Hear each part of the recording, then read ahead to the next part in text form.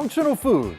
It's a new buzzword in the health and wellness world, but what exactly does it mean, and are these foods worth the hype? Registered dietitian Melissa Yeager with Hy-Vee is here to explain. Hi. Hi. How are you? I'm doing great. How are you? Better than I deserve.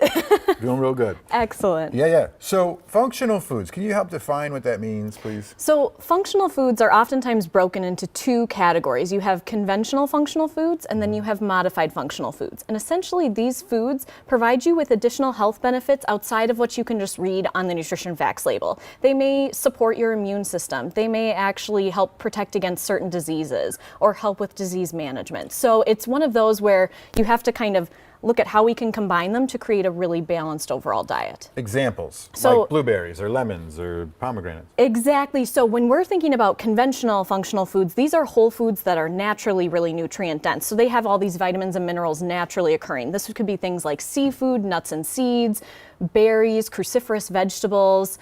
And then you have your modified functional foods, and those are going to be ones that have actually been fortified with some additional nutrition benefits, such as they Cereal. added probiotics, they added vitamins and minerals back in. So it's one of those where if you combine a lot of these into our dishes and into our menu planning, we can really reap the benefits. What did you bring today? So today we are actually making a blackened harissa spiced salmon that we're going to convert into a nice wrap with a really bright fruit salsa. So All right. let's get started with the Sure, salmon fillets. So to make the blackened seasoning, we're just going to combine 2 tablespoons of harissa, a half teaspoon of thyme, and about a teaspoon of kosher salt, and just stir that all together. And then really heavily coat the salmon fillets with it. You can coat both sides if you want, or how I like to prepare my salmon, and this is kind of my hack for the new year, is I love to air fry salmon. Interesting. It's incredibly quick. You just got applause from Bobby, is that right?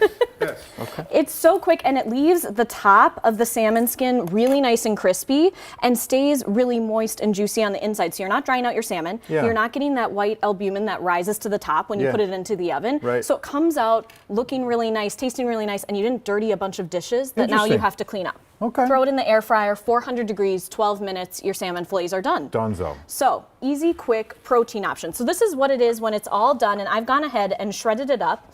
And so I've kind of combined a mix of not only conventional, but also modified. So why don't you go ahead and start by putting a little dab of yogurt and spreading it out onto the wrap as kind of our Okay. base. So you could certainly use traditional sour cream or Mexican crema, but I like to use the Greek yogurt because it has those probiotics in it, which we know support our gut health and our immune system. Important. And then I like to load it up with this blackened salmon. So How much you think? Half? half as much as you want. This is all for you.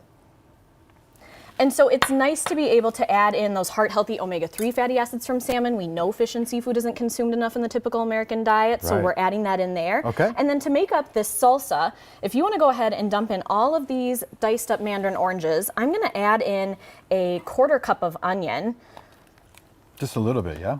I would say dump all those in this bowl and we'll mix it all together. Oh, geez. Did I just ruin the recipe? No, not at all. Of course I And so did. this was about 3 mandarin oranges that are peeled and just diced up. Okay. And then this is 1/3 of a cup of pomegranate arils. And so you can buy them already seeded and ready to go, or you Yep. can cut up It's a always the trick with pomegranate. pomegranates, right? Exactly. And then we're going to do about a tablespoon of lime juice.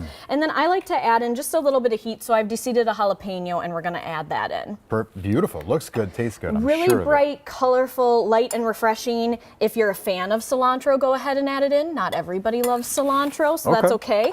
But then when it's all ready to go, you're going to assemble and roll it up, and then you have a really nice, refreshing lunch on the go option. It'll hold well. Okay. You could always add an extra squeeze of lime if you wanted to. Right. What are you thinking? What are we thinking, guys? Do you like it? Excellent. If you wanted to even add leafy salmon greens burrito. to this, you could add in a layer of spinach or butter leaf lettuce or anything to add additional crunch. But again, there's lots of ways that you can be sneaking in these functional foods. And oftentimes what we hear is individuals going, well, I've made all these great dietary changes.